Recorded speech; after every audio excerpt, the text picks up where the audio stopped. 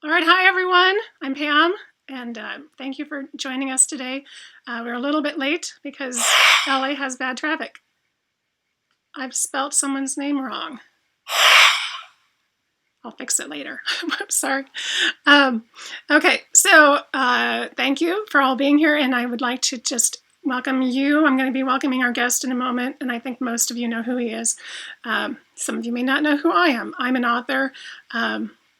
I've written lots of different books, but today the important thing is that I'm a friend of Damian, who we love talking about creativity, living the creative life. Damian, if you don't know who he is, for the three of you who might not know, Damian started his career around the age of 13. He recorded a charity CD that ended up in the hands of the Celtic Thunder people, which then ended up getting him the job of Celtic Thunder, and then he a couple years after that, went on to the Glee project. He won. He was on Glee for a season and a half or so.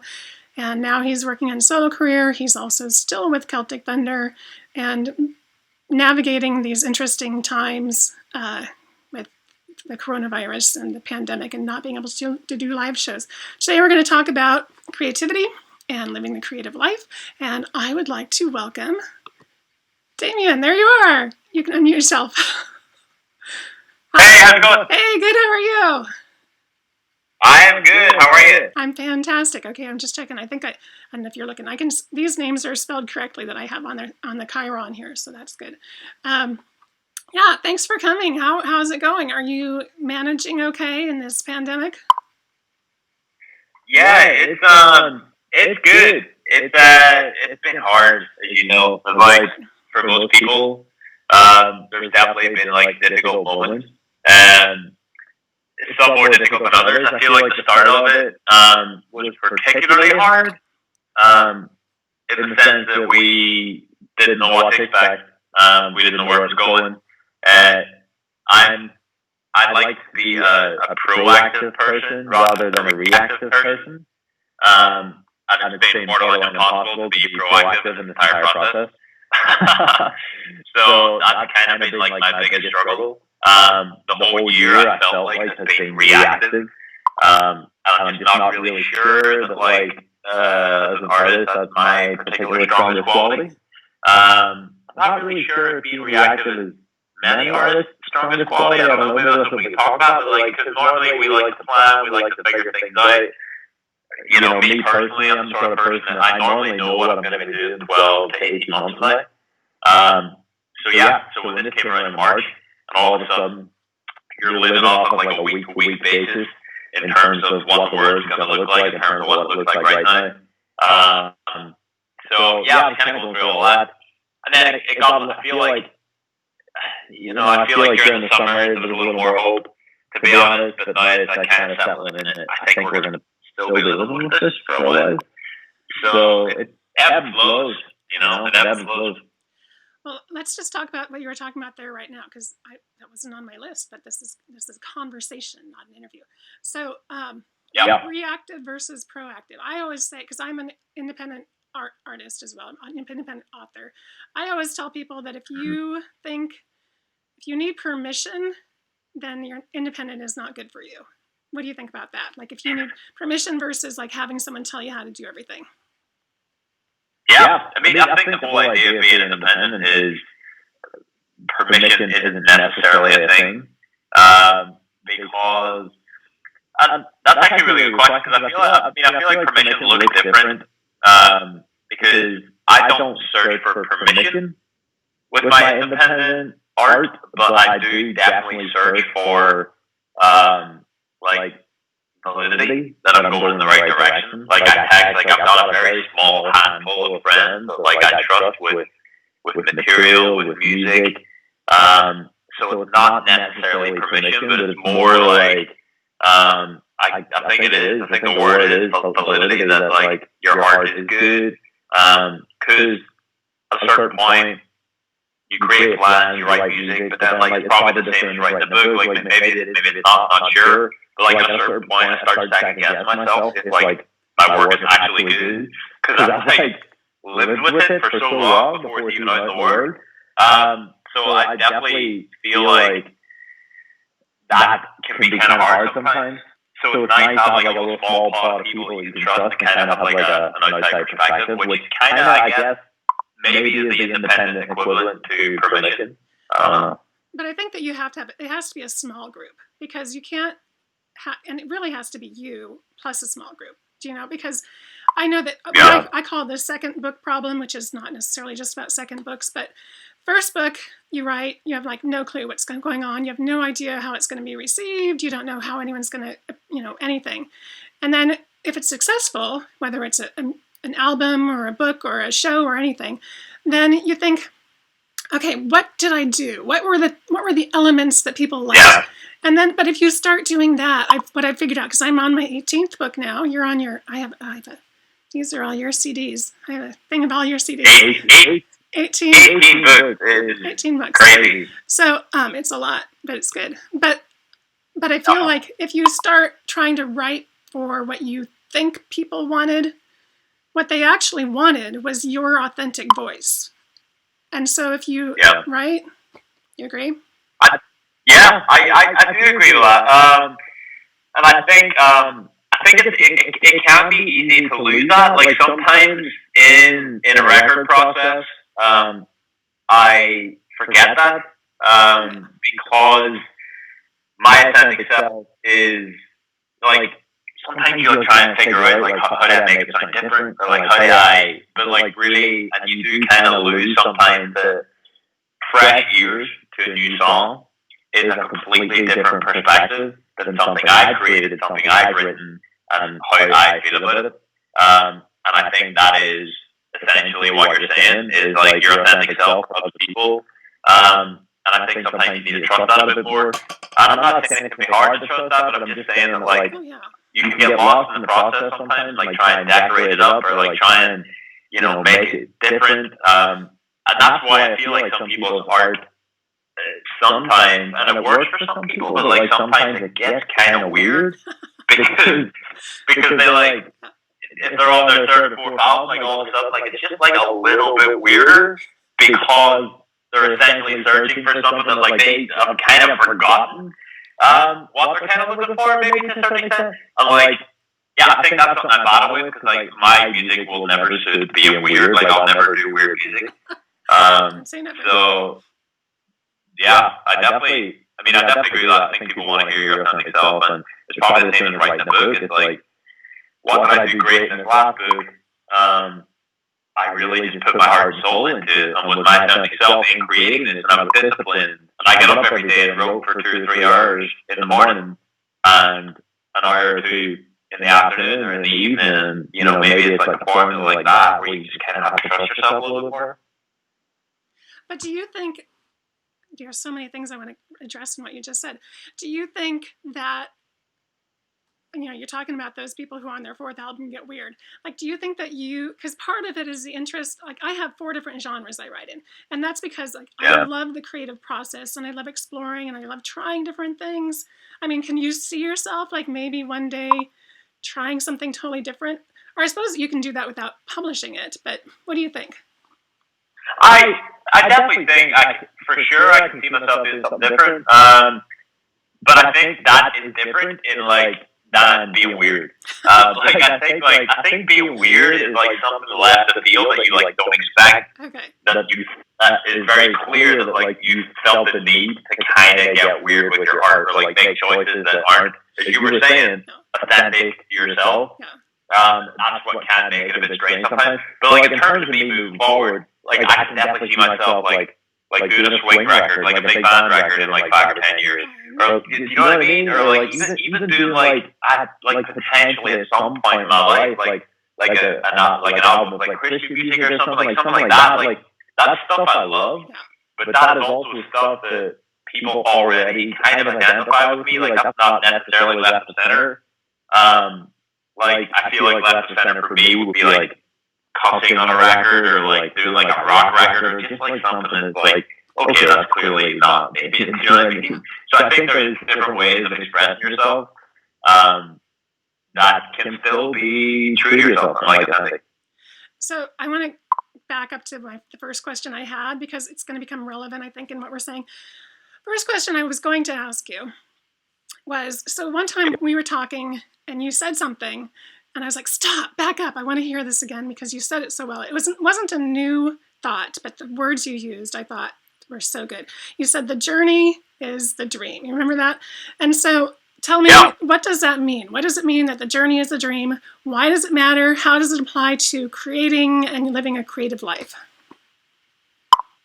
Well, I think personally, first of all, I think it's an everlasting answer, and I think it's an ever-changing answer, because the journey is always going and continues to go, essentially until you decide to stop. Like whatever stopping means for someone, like if that means if that means physically your lungs stop breathing, or if that means that you have retired, like, or taken a different career, like whatever it might mean. I think the journey is the dream because that really helps me personally. It's kind of two answers to it for me, and I feel like it's different for everybody. But like it helps me find peace within myself, first of all, and that is vital because if you, and I can speak from experience because like I don't always have peace within this career. Like I feel like that's impossible. I think really the ultimate goal is to like find peace and like find creative peace and like find complete satisfaction to the point where you don't overthink things, where you're not lying in bed at night, where you're not stressing, where you don't have anxiety. It's a really hard balance, and I'm sure that's the same. A lot of people watching, like in their lives, that can look different. You don't have to be a singer to be trying to balance that. But like for me, yeah, I tried the journey is the dream because that really helps me find peace. Because what I've learned is, like, I've gotten to what many people would call a definition in this career of like success.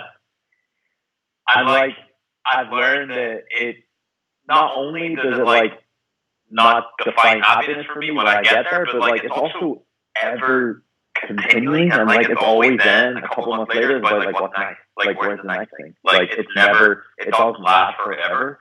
So like it really is just like a constant movement. It's not a straight line, ups and downs. Like that's what it looks like.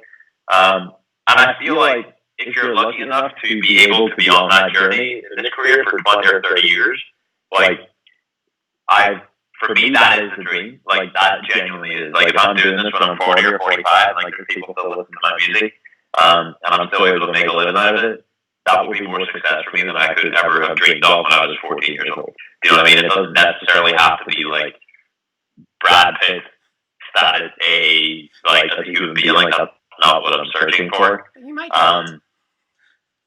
I mean, if it happens, like that's part and parcel. It could happen, and then it could get taken away from you. Like that's kind of how the journey goes. Like it's so all over the place. So yeah, I think just essentially like finding peace in the journey helps you free up to the idea of like being creative, and it really allows you to express yourself and just not worry about it as much. And do you think that it also helps you to, like when things do get hard, you kind of focus back on why am I here? I'm here for the journey. I'm not here for the Brad Pitt scenario. I'm here because I love doing. Yeah, I mean 100%. And that's why, and it's kind of funny because then that kind of comes down to the point of like what does success look like for you? And I feel like for me in particular, because through other people's eyes, I've achieved things that, I mean, to be honest, like your common person, it doesn't necessarily happen. Like in terms of a nationwide scale sort of thing. I've certainly done things that are big in front of millions of people, but like I don't look at it that way. And that's what's kind of funny with success is that I feel like my metric of success for me is completely different to what like other people view it as. But I feel like that's why I've always had peace with it, is because like my metric of success in the next year is not necessarily booking a huge movie or like doing a huge TV show. My metric of success is like getting another album out there and people listening to it and growing that base audience. Like that's kind of the way I look at it. Whereas for other people, I'm sure it's very, very different, and essentially you kind of become like a victim of your own success at some point, which is really, really strange. Say more. But like, sorry? Say more about that. Well, if you set, if you set the bar so high, if people really expect you to like do certain things, or like they probably look at you in a certain way if you're not doing something, or like they look at your career and like, oh, he's got a pay, he doesn't have to worry about anything. And it's like, you have no idea what you're talking about, buddy. Like, I wake up every day and I work my behind off every single day to create, to keep this career going. You just don't see the behind the scenes stuff. As you shouldn't, but like, it just never looks the way people think it does. And I'm very fortunate that I've like learned that, and like I can appreciate that looking at other artists. Someone like you've written 18 books, like a lot of artists I know that release music and like have millions and millions of streams, but like the hustle is still very real every single day. And it never ends. And I think it's a healthy mindset. You know, I've always believed in working hard and just being really disciplined, and like having a work ethic is as important, if not more important, than talent. So when you're talking about success, when I started writing, I redefined success. To me, is I call success is trying, and failure is not trying. It's like if you're making the effort, that's a success. Now, obviously, there's variables and there's levels there, but I think that to me, if I'm not, like even these videos, like that this whole interview thing I did because it scares the crap out of me, because I was like at this point where I'm like, I'm not doing anything scary. I need to do something outside my comfort zone. So that's what these are for me. Yeah. Tell me about times. Well, you're doing great, by the way. Awesome. Tell me about things that have been outside your comfort zone that you did. I can tell you a few if you need some ideas. Well, I mean, there's a lot outside my comfort zone that like I'm not, but like here's the thing is that I have kind of learned, and what helps me and sometimes hinders me as a performer is that like I'm quite versatile, and I'm really not afraid of throwing myself into things because I trust my ability to be flexible and to learn. Like I have learned that about myself as a performer, that I can do that, and that's huge credit to the Glee Project for doing that for me, because they really taught me a lot about myself, like what I could actually do. Whereas I certainly would not have known that if I hadn't went into that show. So, but I mean, there's daily things, and like I feel like something I'm working with and something I'm working on is like writing more vulnerable music. Like I want that to be something that I definitely get better at. Because like I'm not necessarily a vulnerable person. Certainly not overly vulnerable. That's for sure. And I feel like everybody that knows me knows that about me. I'm also very fortunate. Like I've been dealt like a very good hand in terms of like mental health and stuff like that. I really normally like don't struggle with that sort of stuff. So it's a little more difficult for me to like dig deep to like find vulnerable places to write from. So sometimes that can be uncomfortable / a struggle. But that's part of art as well, and that's part of like learning your craft. And I'm still doing that. Like I just turned 28, so like I still definitely have a long way to go to learn, like the ultimate artist that I can be someday. So, but I mean, I'm trying to think of other uncomfortable things. Apart from dancing, I'm not really sure.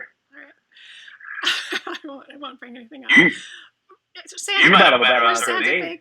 Santa Fe was outside your zone, wasn't it?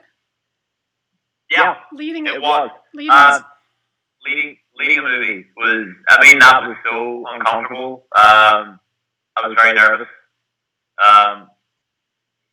Because that was just such a different. But like, here's the thing: is that like when I am uncomfortable and when I am nervous, is 100% when I get the best out of myself.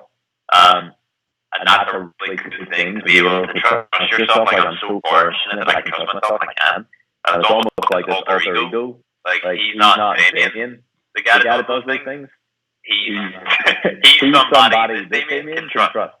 Like that's genuinely how I look at it. But I think that's exactly what being courageous does. And when you talk about trusting yourself, because it's not trusting that you're never going to get into a situation that's hard. It's not trusting that you're never going to fail. It's trusting that when those things happen, which they will, you can get through them.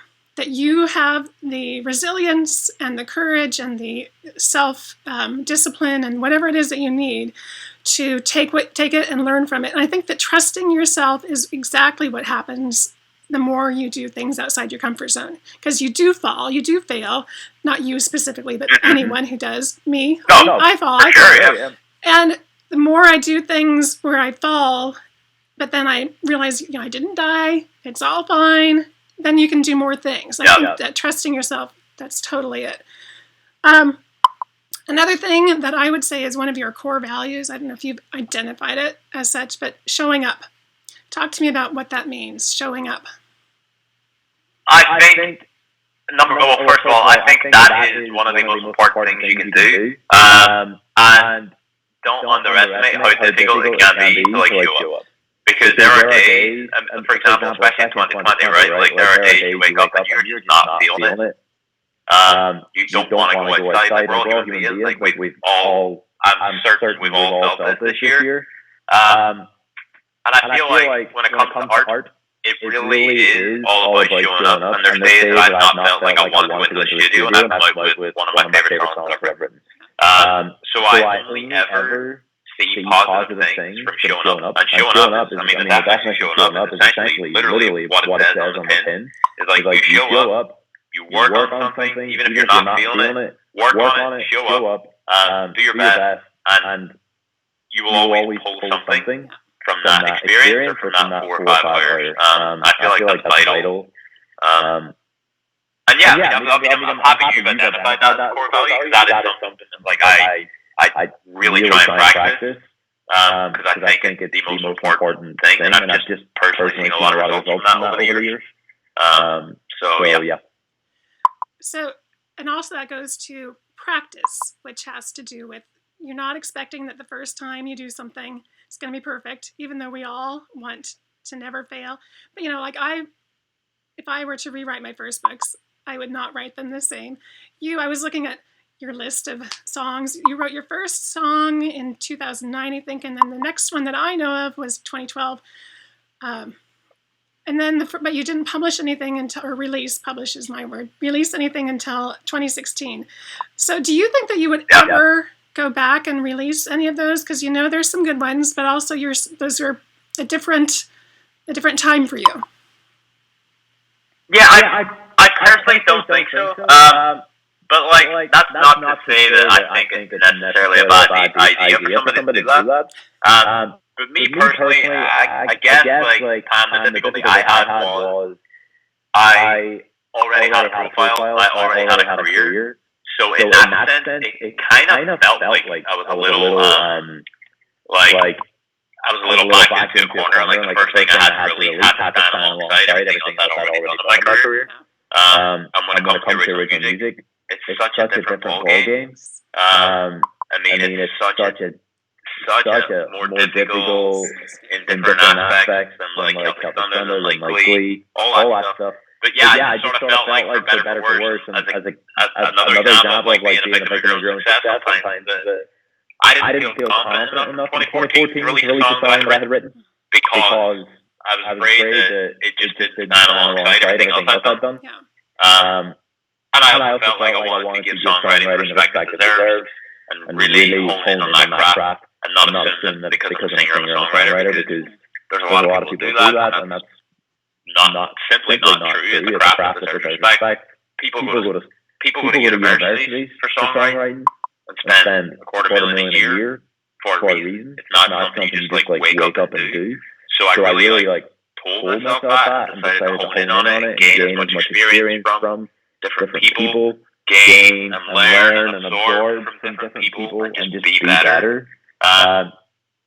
So honestly, I kind of I did that for 3, 4, 5 years in Los Angeles before I ever released anything. But then I finally got to a point where I guess I just felt like it was time to start testing waters and stuff. And ultimately, it ended up being stuff that I'm proud of, and I feel like was a fair representation of where I was at that point as a debut artist. Because I was a debut artist, even though I've been around for 12 or 13 years. So it was kind of a different, weird process for me. And I wasn't in a place where because people knew who I was and were expecting music and expecting something good. I couldn't release something that was like authentically my first year of songwriting because it just would not have been a good look. That's valid. So the first songs you released were your Christmas songs, Irish Christmas and Really Dance With Me. And then your first original non-Christmas song, I have a couple of questions I'm going to throw at you and then you can answer them all. Your first original non-Christmas song was Slow Dance. So I'm curious, how did it feel when you were releasing that first song? Because I remember when I pushed publish on my first book, I literally that night woke up at 2 a.m, sat straight up, and I was like, holy, and I swore, and I was like, what have I done? Like, I was so terrified.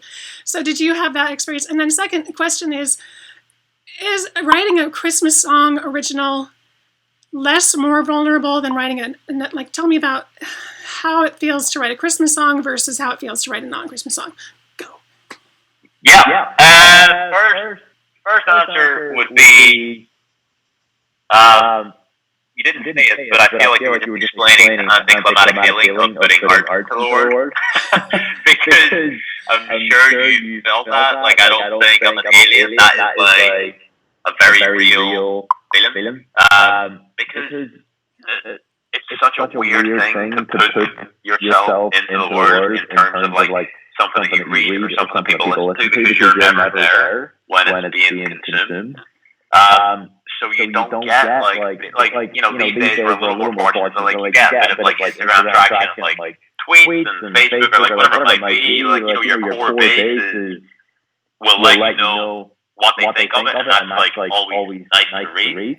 But for example, like something like You Should Know, which is like 1.1 million streams. Like, I don't know what 1.0999 million of those streams what people thought of the song. Like, I have no idea. So it's a very strange feeling, like when it's finally out in the world, and you're just sitting there, you're like, well, that's it's out there. Just 18 months of myself in the world. If it's a record, 2 years of myself, but I've literally blood, sweat, and tears, and a lot of money into outside the world, and I'm not there being heard. Very strange feeling.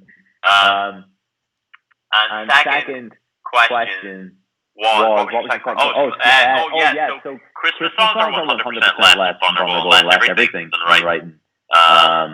Unless you're writing like a deep Christmas song, which let's be honest, not a lot of people do, because like that's what I sort of feel like that's what real music is, like what music is for. Is you want to get those feelings across. You do that in our song. I feel like Christmas songs are normally meant to be like quite happy and like they're there for a reason, and they're just easier to write because they're more cliche, and you know there's definitely like less. There's not less art involved, because it's still writing a song. Like, it's hard to write any song. Never mind a good song. But yeah, in terms of like vulnerability and all that, it's a very different ballgame, I feel like. So then, Slow Dance, we're going to go to, because your first two were Christmas songs, but Slow Dance then was your first original. And were you, because were you scared about, like, how are people going to receive it? Did it feel like, or were you just like, I'm so over it, it's been so long, I'm just not even worried? A bit of both. Like, I felt...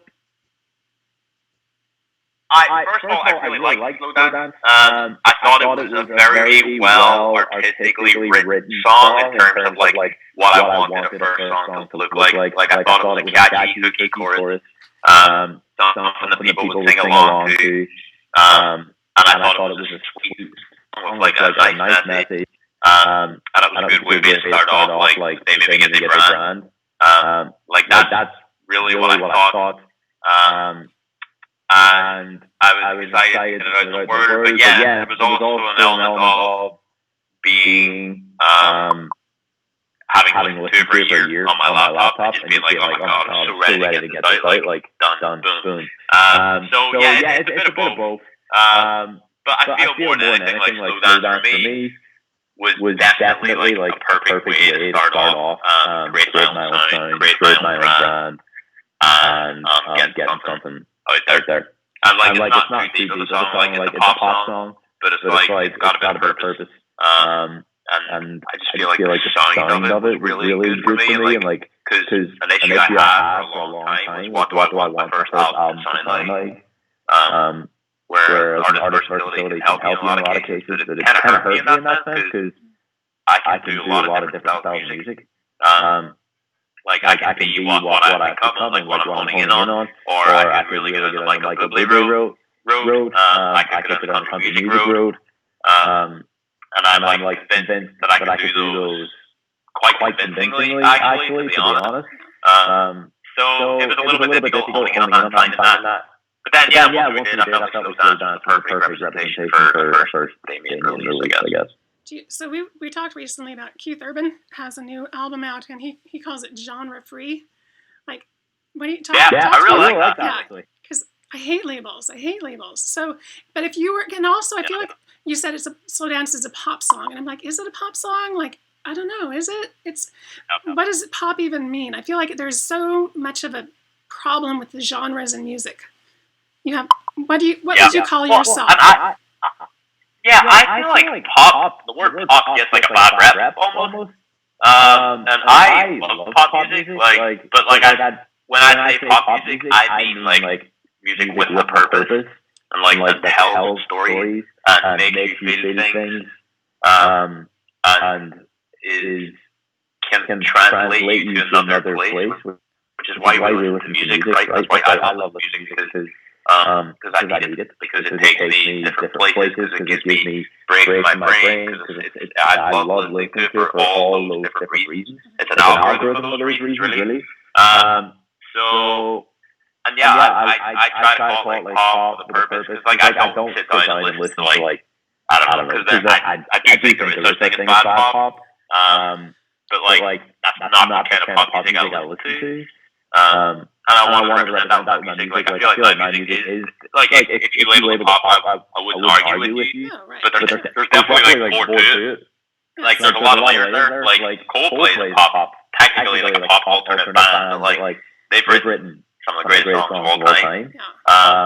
So I think, as you say, it is a label. I did like what Keith Urban said about his recent record, and that it's kind of genre free. And that's the first time I'd ever like statement coined like that. I'd never heard it before. So I found it quite refreshing. Because I'm quite like you. I struggle with labels sometimes. Because it's kind of hard to like box yourself into. And I don't like being boxed into anything. Like I don't know what it's like for you as a writer. It is a very different thing, but like I just don't like being boxed into a certain corner. Because I feel like very capable of doing several things. Well, and that's why I have 4 different genres I'm writing in. It's because I like to try different things. Right? There you go.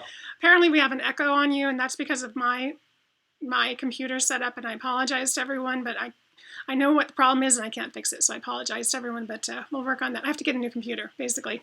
But I wanted to ask you, I lost my train of thought. Oh, speaking of, okay, so I have you listed as singer, songwriter, actor, and I'm pretty sure I know if I were to say which one, you have to pick one, I'm pretty sure I know which one you'd pick. I'm going to say singer, right? But if singer's off the list, songwriter or actor, and why?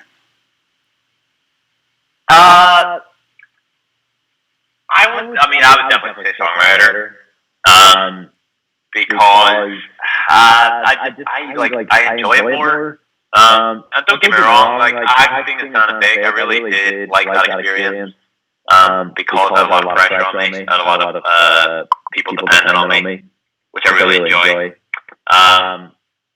But just like in terms of what gives me personal artistic satisfaction is definitely songwriting. Like I just love getting in the studio and creating and going in with nothing and coming out with something. There's just no feeling like it. I love it. And it's something I just like I'm really obsessed with at this point, and like encouraging it to get better. And so I'm definitely a songwriter. So tell me, because I've never asked you this, how do you, when I write, it's me and the page, and that's it. But when you write a song, you have to get other people involved at this point. I mean, maybe one day. But you have to somehow take what's in your brain and convey it to people. How do you do so? Tell me about the songwriting process. How do you take what you have envisioned and heard in your head and get other people on board to create something amazing? Yeah, it can be a bunch. I feel like there's not one particular way. Like, it has happened for me in a lot of different ways. I think I told you before, but like I do tend to do like a lot of lyric writing in the sky when I'm flying on a plane. And I really enjoy that. But like, it really depends. Like, sometimes I've got a topic and I create a melody for it first. And I love doing that. And the melody has to like give you the feels of the topic that you want to write about. Other times it can be a melody that develops into a topic. And then like I do a lot of co-writing because I really believe in co-writing. Not because like I don't trust myself to sit by myself and write a song, but like I love working with people that have the same objective. A team is better than an individual. Is kind of the way I look at it. It's the same on anything in life, in sports, you name it. There's nothing better than a unit. It's stronger than an individual. And I love bringing in people that I trust. Their artistry. Like, I've got a very kind of core group of people that I work with a lot in terms of writing music and creating. So at this point, it's become a little easier because we're always so on the same page. They get how I work, and I know how they work. So I feel like once you have that as well, it really helps. So it can really happen in a lot of different ways. Sometimes it can even be like somebody else saying you like half an idea and you finish the idea, like you bring something completely fresh to the table. Sometimes it works, sometimes it doesn't, but it's just always like different ways to stimulate your creativity and your artistry. Just for the record, I sent you a song title that I came up with once. It's still not one of my favorite songs. I know you're never going to release it, but you know which one I'm talking about. Because you wrote a song with that title, which I still love. But, you know, you can get your... you know which one I'm talking about? But you can get your inspiration from anywhere. So where are some of the ways that because people ask me all the time, where do you get inspiration? I'm a big fan of just writing down every idea you get because you never know. I know you have like a lot of voice memos on your phone. Like what's your process in creating ideas? As you said, really voice memos. So anytime I get anything coming through, my first instinct is to, whatever this idea might be, put it down. Like I'll look through my voice memos right now and actually see if I have anything. I'm sure I have hundreds, if not millions. Literally so many. And that's just a way of like that's why when I wrote Paradise Cove, like it's just a bunch of different voice memos.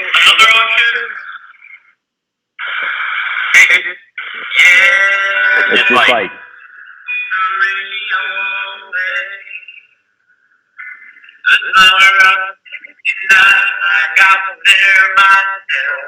so it's just my phone is full of those. That's just the best way to reference roughly what you have. And the world would think they all sound terrible, but like when you're so used to sending back and forth voice memos, you immediately hear what it's going to sound like when fully recorded, and when the band's in, and the instruments are in, like fully produced. So like you kind of end up having your brain works differently. So I really enjoy the voice memo stage because it's always fun to like look back and be like, oh, that song once sounded like that, now this is it out in the world. It's kind of fun. Do you think, because you are now half your life, you've been working, not technically. I know, long time, 14. Do you ever imagine or dream about reinventing yourself completely? Because, you know, they say your cells all change themselves every 7 years. So technically you are two entirely different people than you were when you started. So do you ever think about, like, if I were to just reinvent Damian, who would you be? What would you want to do? Yeah, actually, and I mean, I'll go one better than that, and I will say that I guarantee you at one point in the next 10 years, I will completely reinvent myself, for sure. Love it. That is a promise that you first heard. I'm so excited. Live with Pam Stucky. That's right. 100%. But like, Yeah, because I already feel like I know what it's gonna look like. It's not gonna be like, again, it's not gonna be weird, but it's gonna be a very distinct change in like brand direction. And I know what it's gonna be. I know what it's gonna look like. I've got a feeling I know when it is. Like it's gonna be like late 30s. And yeah, I'm very aware of like what I want to do and what I want to represent when I'm a little older, I guess. Tell me, so that's all I'll say. Tell me why, because I know why I would want to change everything. But people, like, they get attached to who you are currently. What is it about creating, creative process, growth, all that? You know, I'm just giving you some keywords there, but what is it about all that makes you? What is it that would make you want to reinvent? I mean, I don't know. I feel like sometimes starting from scratch is really fun. With no, like, I want to do a project at some point with like no expectations, with no worries about what the sound's gonna be, what the brand's gonna look like, but still authentically be myself. Because you know, at the moment, like, I'm definitely writing music that I absolutely love. Like, especially this new record that I'm working on, like, it's definitely music that I would listen to myself, and I'm proud of that because that's the sort of stuff that I love. So I'm really happy that I've found myself creating that. But I just think starting from a fresh page can be so stimulating as well, creatively. And I just like as I say, like it's not going to be like a weird reinvention, but like I just know what it's going to look like. I'm already excited for it, and it's just going to be like a different chapter in my life entirely. And I think it's good. I think it freshens everything up. And it brings in new challenges. And it's good to reinvent yourself, like I think. It's good to challenge yourself, always try and grow. Like, you're never finished growing. No matter how old you are, if you're in your 40s or your 50s, like, how many times did the Beatles recreate themselves? How many times did Dean Martin recreate himself? How many times all these people... You have to recreate. Like, you have to recreate yourself in order to stay up with it. Like even now, right? I find myself struggling with, and I always thought, like when I was like watching my parents or whatever, I always thought that they're so old and they can't keep up with the time. And like now I'm seeing TikTok, and I find myself having the interior battle of being like, I really don't want to go on TikTok, but like. It's that battle of you need to keep up with the times, and you need to, and that's how it all starts. Like all of a sudden it's TikTok, and then all of a sudden it's something else, and I'll find myself not on it, and I'll find myself being immediately not up to the time. So that kind of ties into like reinventing yourself. But it's just about, I feel like you do have to recreate yourself and like keep things fresh for the people, but also for your own creativity. Totally for your own creativity. And I wanted to say, for anyone who's thinking about, I have this theory that we need more bad art in the world. And the reason I think we need more bad art in the world is because if you're creating bad art, you're practicing to become better. And I feel like bad art, just one, that means there's more art, but also two, I feel like the more you create, or the more I create, the more compassionate I become toward other people's efforts, because the more I see myself struggle and I see that my end result, you know, I wanted it to be here and it's down here or whatever, then I can understand other people have that same struggle. So I feel like a number of things, and I'm going to, again, I'll say all this and let you respond. But one, creating builds courage, creating builds compassion. And then another thing that we talked about once was that I feel like, so I started writing in 2009. And changed my life completely, changed my courage completely. And I feel like it opened me up to the act of being vulnerable, the act of having the courage to put things out there, opened me up in other parts of my life to be able to be vulnerable and courageous too. So I feel like more people, like, just create bad art. It doesn't have to be good. It can just be for you, but create things. Like, so talk about that. I honestly 100% agree with everything you just said. I think it does all of those things. I think also what creating has helped me learn and be better at and almost take the shackles away is that not everybody is gonna like what you create. And that's like a very big. That doesn't sound like it's a big thing, but like that's a very big step to like fully make peace with that. And I have made peace with that because I'm like, I know like there's people I love in the music industry, people I respect, people I work with in the music industry, that like what I write and what I do, they're never gonna like. And I'm totally okay with that because they like their idea of cooler music or their idea of what great music is. They're like, but like that's the thing about music, that's the thing about creating, the thing about books, the thing about art is that everybody has their own perception of it. Everybody has their own taste, their own ideas of like what great art looks like. And then I think that really circles back around to you saying, get out and write, even if it's bad. Like what qualifies as bad art? It's really hard to know. Especially in the days of like independent work. I don't really know what qualifies as bad art. Like sometimes I listen to a song, I'm like, oh, that's not good. But I know somebody else is gonna like it in the world. Like there's gonna be people that enjoy it. So that's why I don't get annoyed when like someone's like, yeah, I like your song, like it's not like it's so funny. Like Paradise Cove and I released it, and I knew it was definitely like the poppiest song I've done. Like it was just like a summer fun pop song. Like I kind of like I didn't overthink it. It was just for like the word we're in right now. Like it was more to TSB, like something to work towards, but not full record.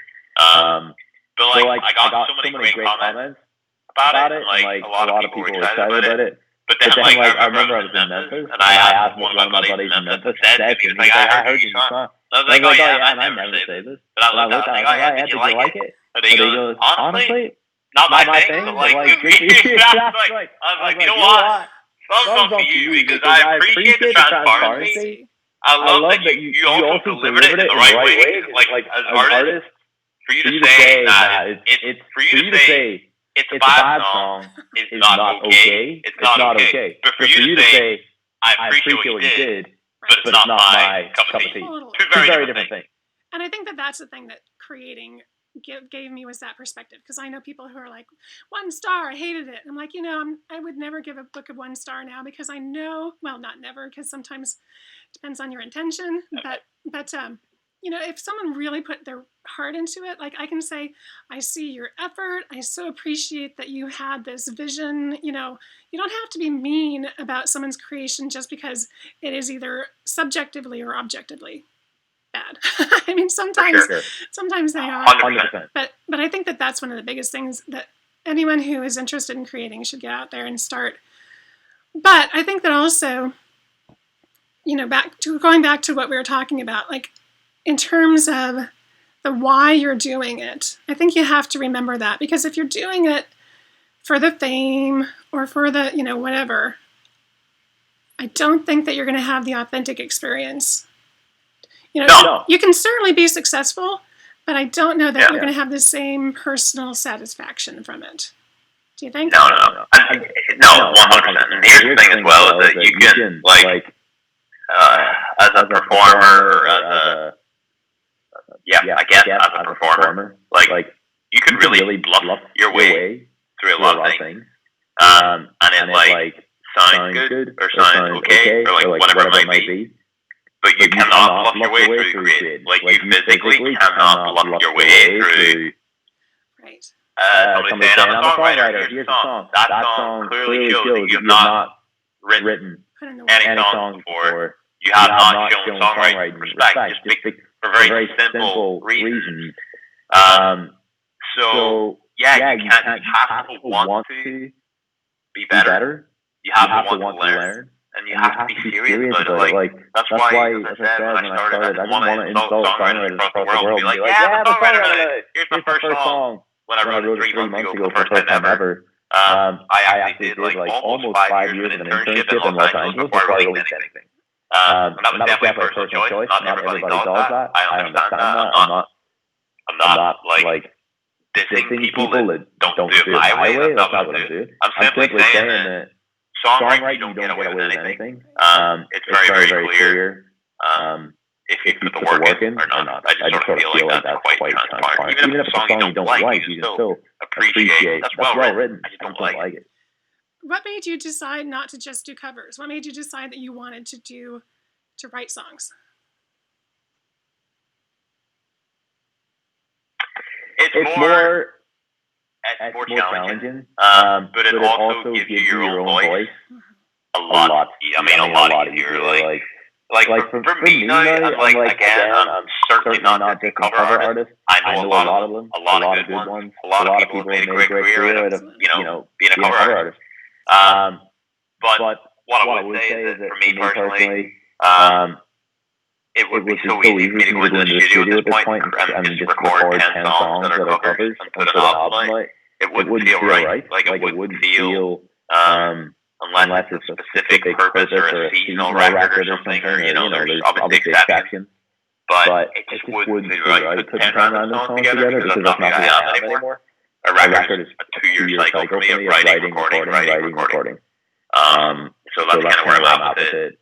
That's just what I love to do. That's what I wanted to do. Again, not just a cover artist, but I wanted a bigger challenge. And I also feel like nothing will do more work for you than a well-written song. As I know, you should know is out in the world, and it's just like seems to continually spread, and like it goes up, I don't know, 10,000 streams a week, like just randomly, which is a song at this point that I released 2 years ago. So it just shows you that it's almost like releasing little kids into the world, like they just go off and work for you when you're not looking. Like that's kind of what it feels like, and I love that. Do you look at, you should know, I mean, going back to what we were talking about, do you look at it and be like, what did I do right there? What did I, like, to try and, or is it just, it's moot?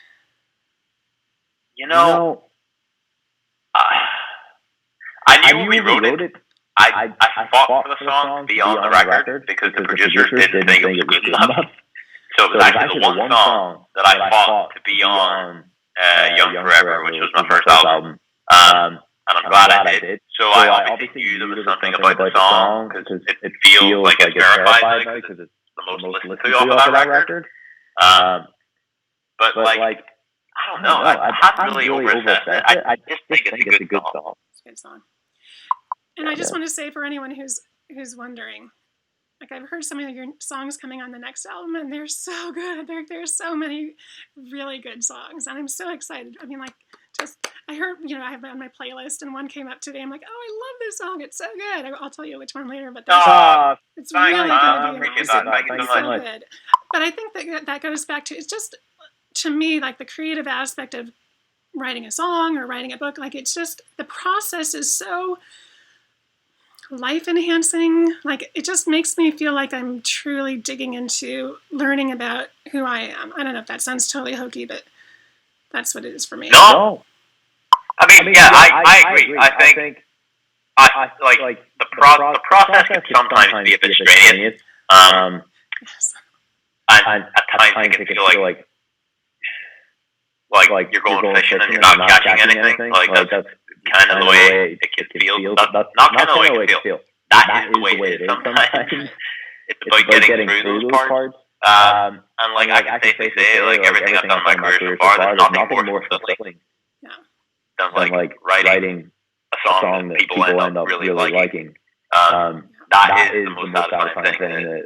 One of the most satisfying things I've done in my career, for sure. And Brene Brown, who I know I've mentioned before, Brene Brown, she's a TED talker. She says that unused creativity is not benign; it metastasizes. And I can feel that. Like, if you just held it inside, like, I think that's a really wise thing. Because I know if I'm not feeling mentally healthy, I tend to not write as much, but it's actually because I'm not writing as much that I'm not feeling mentally healthy. That's really true. That's really true. I hit writer's block in kind of during lockdown. And it's the first time I've ever really hit like writer's block before. It's not something I've ever dealt with. But I couldn't get back on the path for a while, and I realized it because I wasn't writing. Exactly. And it might have been a conversation with you that kind of brought me that enlightenment. Was like, well, because when you write a song, you finish it, it actually spurs you, and I think it creates chemicals in your brain and your body that like makes you want to write another one the next day, straight away. It just makes you want to write more because you've written one. So yeah, 100% what you're saying. I fully agree with that. it's like the best thing I've ever done is starting to create and to write and so on. So I'm all on board. Okay, we're almost done with our hour here. I want to ask you, what's next? What are we working on? How does the next year in quarantine without live music? How are we doing? What are we going to do? Well, and I know you don't want to talk about everything. First of all, thank you for having me. First of all, second of all, check out Pam books. They're awesome. I have read all the Mega Man ones and I love them. So just check them out. You've got 18 books at this point. So many. You are awesome. Not even made discipline. Good for you. So where am I going? Now that we kind of know what it's going to look like, even though it's a grim assessment, it still allows me to be proactive rather than reactive. So I've got a proactive plan for the next year, which is incredibly stressful and really actually the hardest plan I've ever laid out to myself. But yeah, seriously. But I'm going to announce it at the end of the year. But it's going to be fun. It's going to be creatively challenging, artistically challenging, all the things. But I think it can be a great thing because we all kind of know the way the world's going to look at this point. We're going to be very lucky to be on the road next year at any. I really hope the fall will be fine. I feel like before the summer you're going to be doing. We'll be very lucky to have live music back before June.